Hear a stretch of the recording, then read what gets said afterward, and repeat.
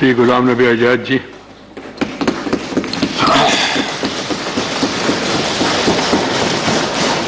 माननीय chairman sir,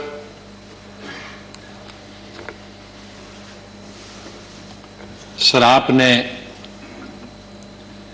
माननीय प्रधानमंत्री जी ने, माननीय डिप्टी चेयरमैन साहब ने और मेरे जितने भी यहां साथी हैं, उस तरफ के या इस तरफ के, सत्ताधारी पार्टी के या विपक्ष के, और विशेष रूप से आपने और माननीय प्रधानमंत्री जी ने जिस तरह से भावुक होकर मेरे बारे में कुछ शब्द बताए, मैं बड़ी सोच में पड़ गया कि क्या कहूं।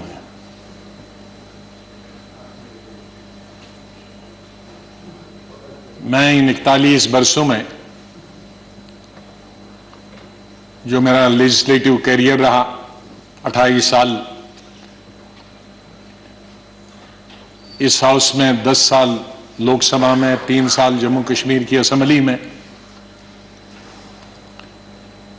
तो ये कहूंगा कि महाराष्ट्र से जीत के आके मैं कभी इधर से निकला, इधर डूबा, इधर डूबा, उधर निकला, उधर डूबा, इधर निकला, ये मेरा जीवन ऐसे ही रहा और संघर्ष का जमाना रहा। और मैं आज बहुत सारी चीजों को छोटा करने के लिए कुछ शेरों में ही खत्म करते हैं। शायर जो होते हैं उनमें एक बड़ी ताकत होती है उनके शेरों में कि हम लोग अगर 10 घंटे का भाषण दें तो वो 2 शेर में खत्म कर देते हैं उसका। तो मैं उसका फायदा उठाना चाहता हूं, वरना अगर मैं इतने 41 साल के इस अनुभव को अगर कहना चाहूंगा तो बहुत समय लगेगा, कई हफ्ते महीने लगेंगे। लेकिन शुरू में करूंगा जिस बात से मैंने पॉलिटिकल कैरियर शुरू किया है, स्टूडेंट लाइफ। और कश्मीर में, जम्मू कश्मीर में मेरा, हालांकि मैं जम्मू से हूं, लेकिन मेरा डिस्ट्रिक्ट में, शमशेर सिंह जी जानते हैं, मुस्लिम मेजॉरिटी डिस्ट्रिक्ट, उसका असर कश्मीर का ज्यादा होता है, जम्मू का कम असर पड़ता, विशेष रूप से मुस्लिम्स में। और उसके बाद कॉलेज और यूनिवर्सिटी तो मैं कश्मीर में ही पढ़ा और गांधी को पढ़ता था मैं, नेहरू को पढ़ता था, मौलाना आजाद को पढ़ता था, इन 3 की।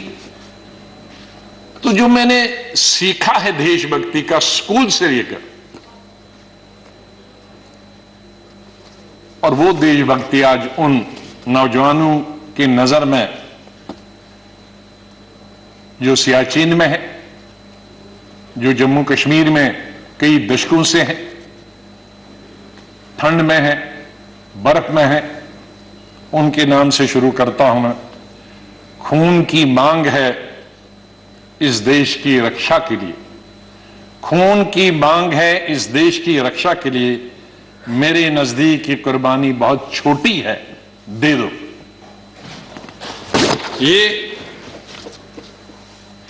ये मेरे मन में बचपन से और स्कूल से ये बात रही। और जब मैं कश्मीर के सबसे बड़े college, SP college, Shri Pratap college में पढ़ता था, मुझे याद है वहां 14 अगस्त भी मनाया जाता था और 15 अगस्त भी मनाया जाता था हमारे कॉलेज में।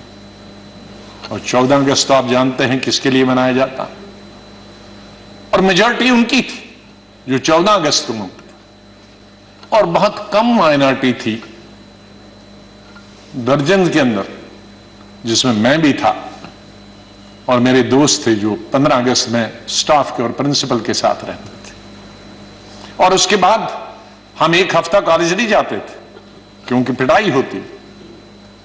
तो उस वक्त से निकलकर हम इस सोच के आए हैं जिस सोच में आज हम सब हैं। और मुझे खुशी है इस बात की कि इस सोच को बहुत सारे लोगों ने और मैं बधाई देता हूं दूसरी पार्टीज को भी, वहां नेशनल कॉन्फ्रेंस हो, पीडीपी हो, बीजेपी तो शुरू से ही कौमी धारा की पॉलिटिक्स में थी, वो भी आहिस्ता आहिस्ता बड़े पैमाने पे आए और कश्मीर आगे बढ़ा। मेरी हमेशा ये सोच रही कि हम बड़े खुशकिस्मत हैं, जन्नत हिंदुस्तान ही। मैं तो आजादी के बाद पैदा हुआ, लेकिन आज गूगल के जरिए मैं पढ़ता हूं, देखता हूं, सुनता हूं, यूट्यूब के जरिए पढ़ता हूं। मैं उन खुशकिस्मत लोगों में हूं जो पाकिस्तान कभी नहीं गया, लेकिन जब मैं पढ़ता हूं कि वहां किस तरह के हालात हैं पाकिस्तान के अंदर, तो मुझे गौरव महसूस होता है, मुझे फख्र महसूस होता है कि हम हिंदुस्तानी मुसलमान हैं। और बल्कि अगर मैं आज कहूंगा विश्व में किसी मुसलमान को अगर गौरव होना चाहिए, वो हिंदुस्तान के मुसलमान को गौरव होना चाहिए। हमने इन पिछले 30-35 सालों से अफगानिस्तान से लेकर इराक से लेकर और कुछ सालों पहले से देखे कि किस तरह से मुस्लिम देश खत्म हो जा रहे हैं एक दूसरे के अंदर और एक दूसरे से लड़ाई करते हुए। वहां हिंदू तो नहीं है, वहां कोई क्रिश्चियन तो नहीं है, वहां दूसरा तो नहीं है जो लड़ाई कर रहा है, आपस में लड़ाई कर रहे हैं। और जो कल्चर है, हमदर्द तो लोग पाकिस्तान के बहुत है, सुनने में आया है, मैं कभी गया नहीं, लेकिन जो समाज में बुराइयां हैं, दूसरे मुल्क के बारे में नहीं कहना चाहिए, लेकिन हम गौरव से यह कह सकते हैं कि हमारे मुसलमानों में वो बुराइयां खुदा न करे कि कभी भी लाए, तो आज हम गौरव से ये कह सकते हैं। लेकिन यहां मेजॉरिटी कम्युनिटी को भी 2 कदम आगे बढ़ने की जरूरत है, तभी मेजॉरिटी कम्युनिटी 10 कदम आगे बढ़ी। मेरी हमेशा यह सोच रहेगी, पता नहीं शमशेर सिंह जी ने मेरी कश्मीर की चीफ मिनिस्टर बनने के बाद पहली पब्लिक मीटिंग के बारे में कभी सुना है कि नहीं। मैं जब सीएम बना तो पहली पब्लिक मीटिंग सीएम के तौर पे, आपको आश्चर्य होगा कहां ली होगी, वो मैंने सोपुर में ली, जहां के सोपुर में कोई कई दशकों से पब्लिक मीटिंग कोई कर नहीं सकता, आज भी नहीं कर सकता। शहर में तो नहीं की, लेकिन उसी कॉन्स्टिट्यूंसी में की जहां गिलानी साहब हैं, जो गिलानी साहब वहां से 3 दफा एमएलए चुन के आए। और उस पब्लिक मीटिंग में मैंने क्या कहा था कि मेरी सरकार जम्मू कश्मीर के लोगों की सरकार होगी, और अगर मेरी सरकार का कोई मंत्री धर्म की बुनियाद पर, मजहब की बुनियाद पर और पार्टी की बुनियाद पर इंसाफ करेगा, तो मुझे शर्म आएगी कि ऐसा मंत्री या ऐसा अफसर मेरे साथ काम कर रहा। तो मैं उसी सोच का हूं कि जहां भी जाएं मुझे प्यार मिला लोगों का, बहुत प्यार मिला। आनंद शर्मा जी ने जैसे बताया, शरद जी ने जैसे बताया कि उनको तो बहुत अरसे से जानता, मुझे सौभाग्य मिला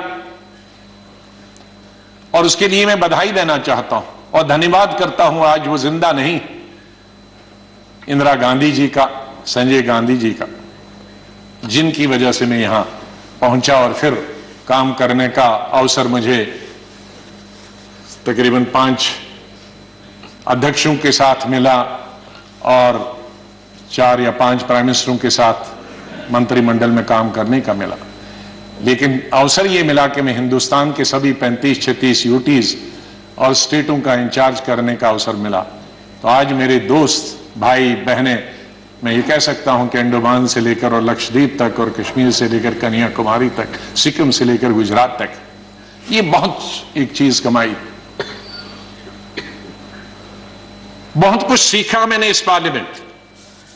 मुझे अवसर मिला पार्टी के जनशक्ति या मंत्री के रूप में, वो इंदिरा जी के वक्त में मिला, राजीव जी के वक्त में मिला, सोनिया गांधी जी के वक्त में वो अवसर उन्होंने मुझे प्राप्त कराया, राहुल गांधी जी के वक्त में, और मुझे शायद बहुत सारे कम लोगों को ये अवसर प्राप्त हुआ होगा कि जो अपनी उम्र से दुगने के लोग थे और बड़े लीडर थे, उनके साथ पार्टी की तरफ से मीटिंग करने का मौका मिला और पार्टी के साथ कई नेगोशिएशन करने का मौका मिला। उनमें ज्योति बसु जी थी, करुणानिधि जी थे, जयललिता जी के साथ मैंने अलायंस किया, करुणाकरण जी थे, चंद्रशेखर जी थे, देवीलाल जी थे, मुलायम सिंह यादव जी थे, प्रकाश सिंह बादल जी से अलायंस तो नहीं किया, लेकिन कई चीजें जब मैं मिनिस्टर ऑफ स्टेट होम था तब कई मीटिंगें हुई। मैं जब देखता था implementation of Punjab accord, Assam accord, ये देखता था। आई.के. गुजराल साहब से, शुरू सोरेन जी से, शाहब तंगल जी से, मुपनार जी से, फारूक साहब से, मुफ्ती साहब से, ये सब लोगों के साथ कई दफा, और यही वजह है कि यहां भी उसी तरह से मैंने चलाया। 3 प्राइम मिनिस्टरों के साथ मैं पार्लियामेंट्री अफेयर्स मिनिस्टर रहा। मैं उस बात को भूल नहीं सकता कि इंदिरा जी फोतेदार जी और हमें बताती थी, फोतेदार जी पॉलिटिकल सेक्रेटरी थे, मैं यूथ कांग्रेस का प्रेसिडेंट था,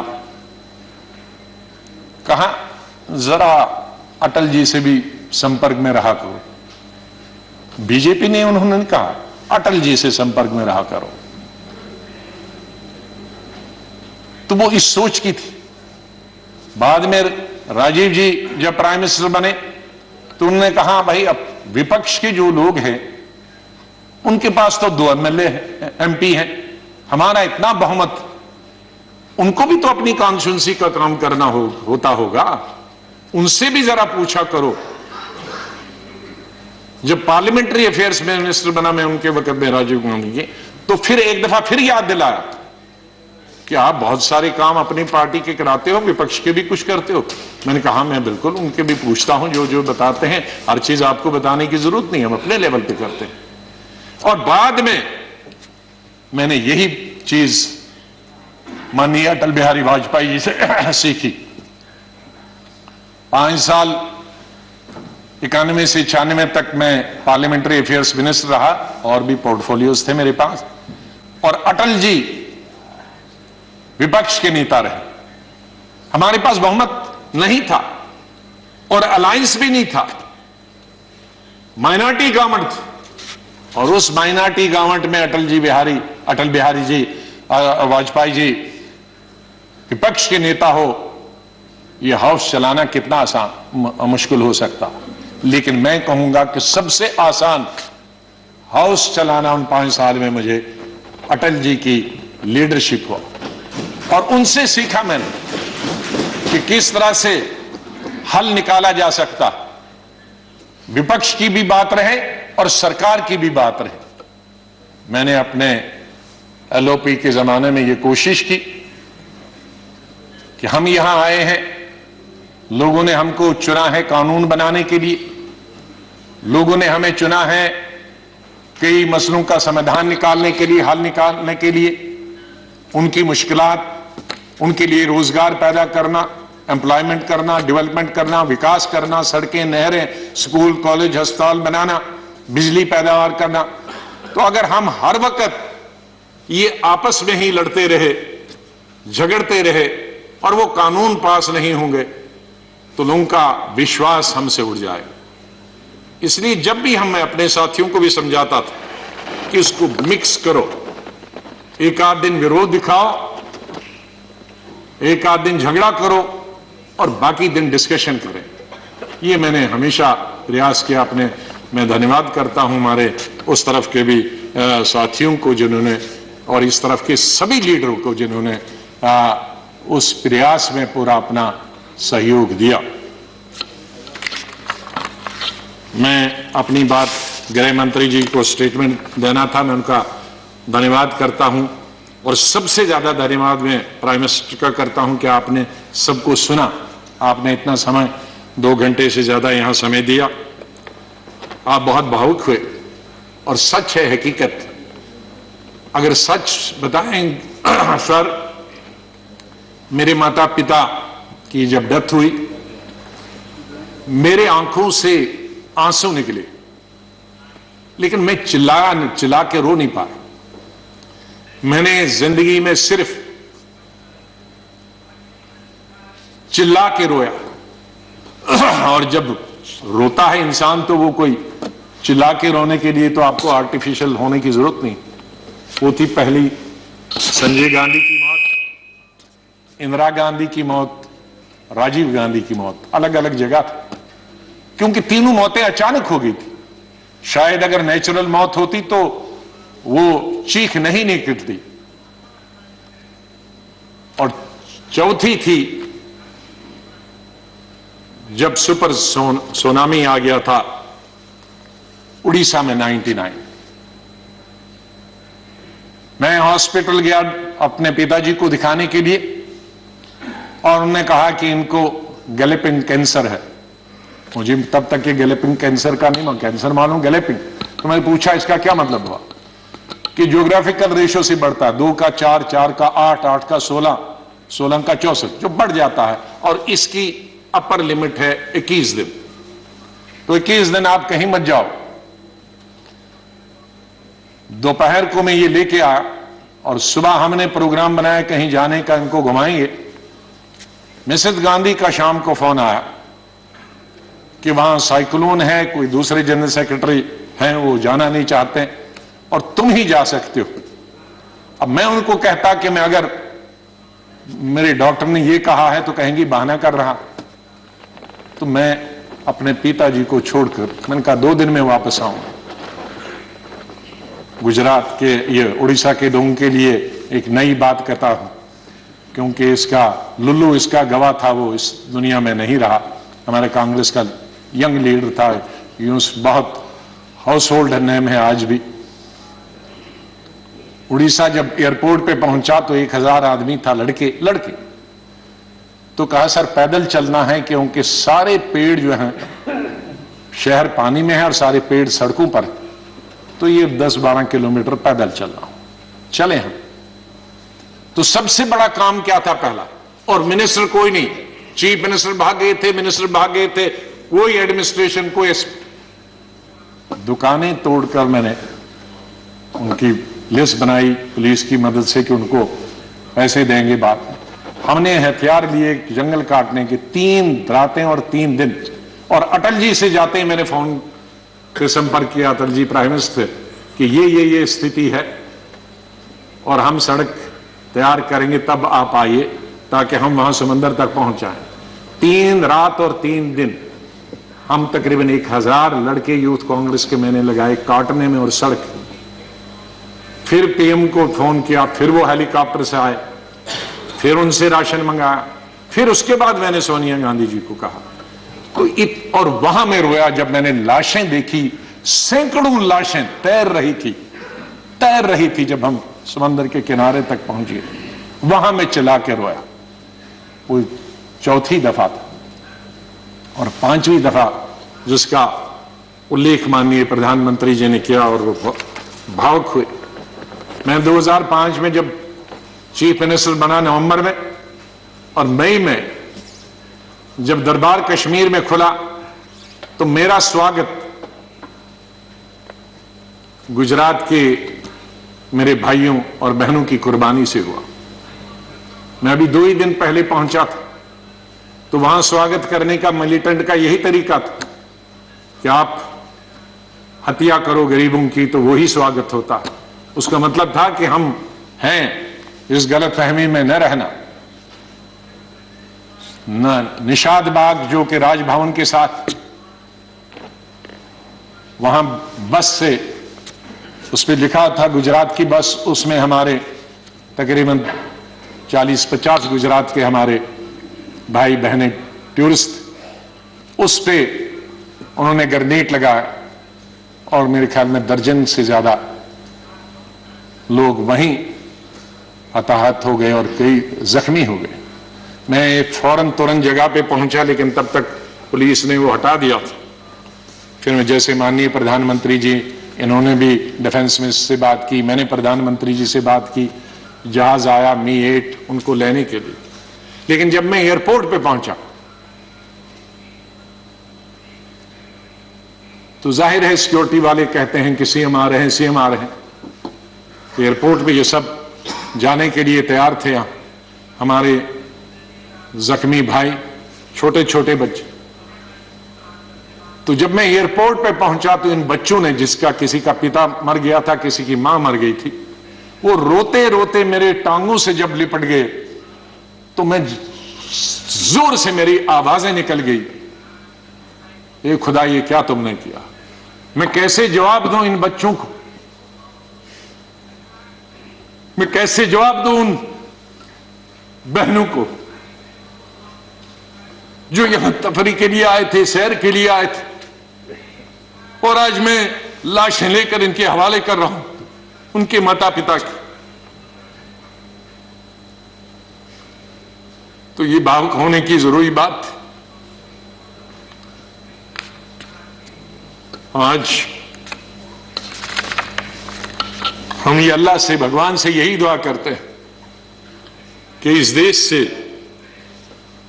मिलिटेंसी खत्म हो जाए, इस देश से आतंकवाद खत्म हो जाए।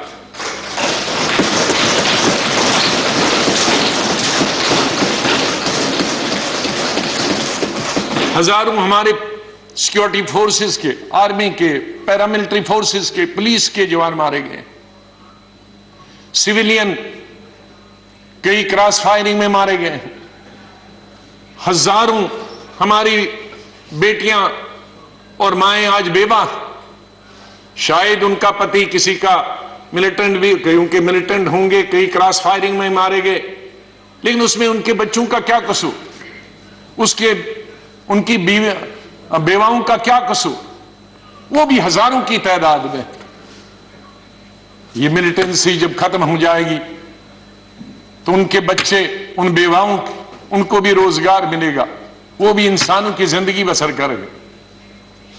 इसके लिए हमने सबने प्रयास करना, सरकार ने, विपक्ष में, और कोई हल निकालना है साहब कि हमारे कश्मीर के हालात ठीक हो जाएं। मैं इससे पहले कि कुछ अशार बोलूं,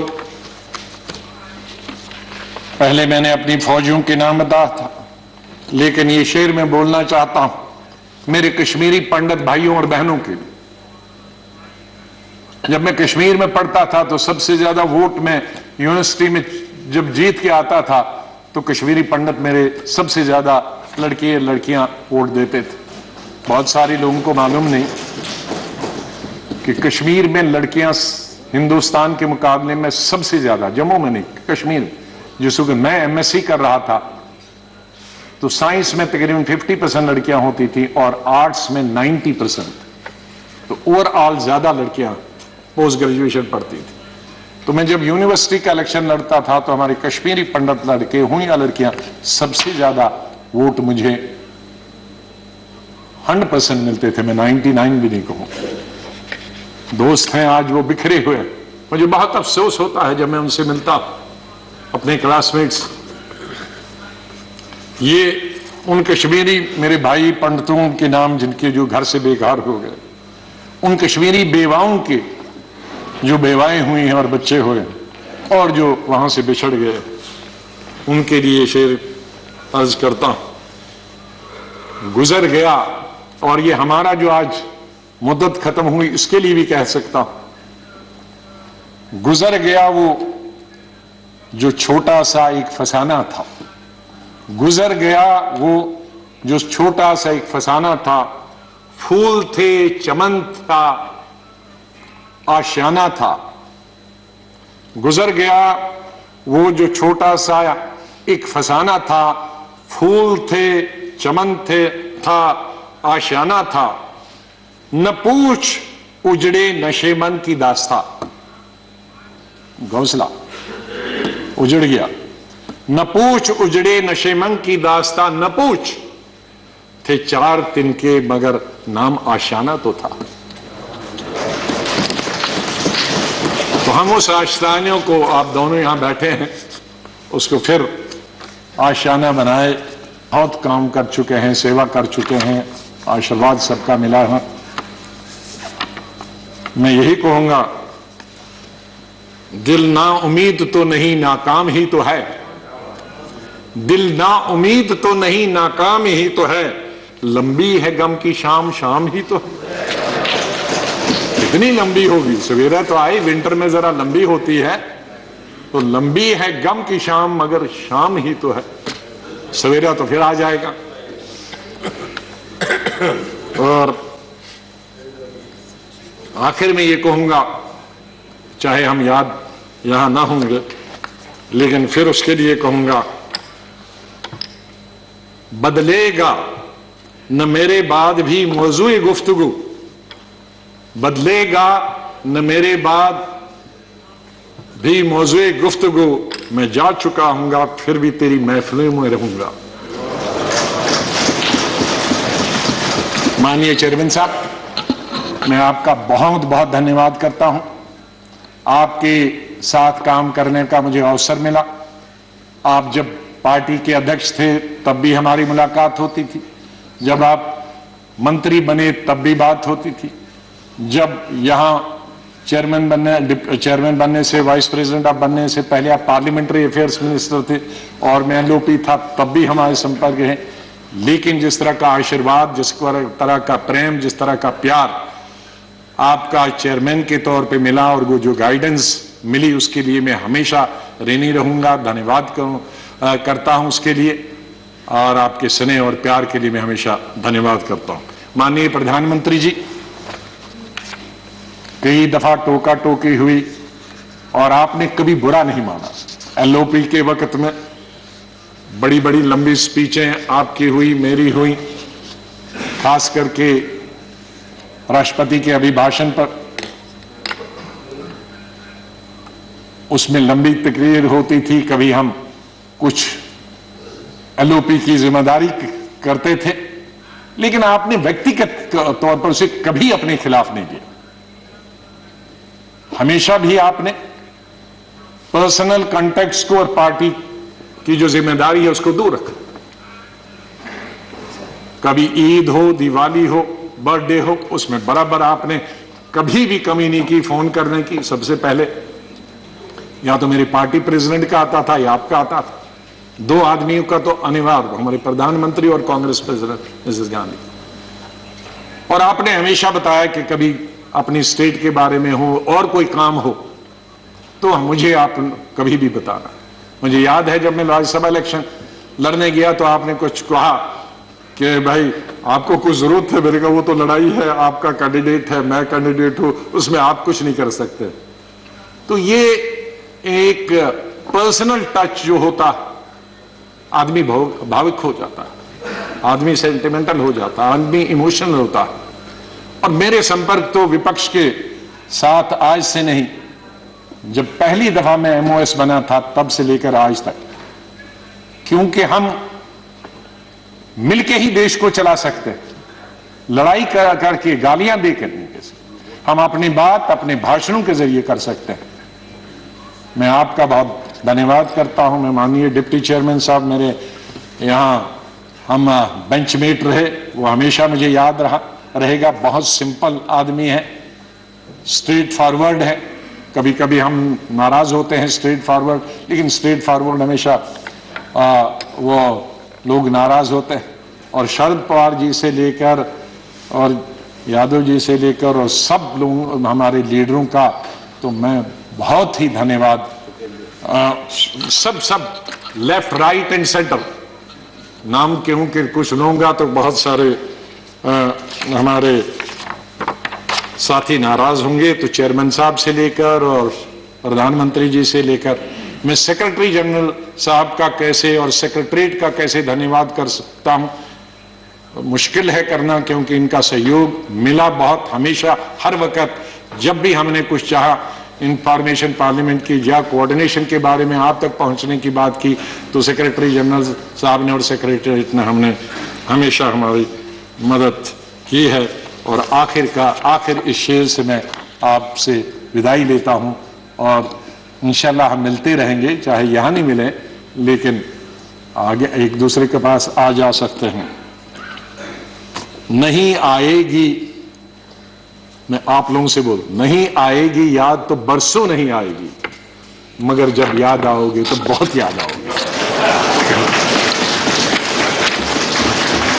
धन्यवाद।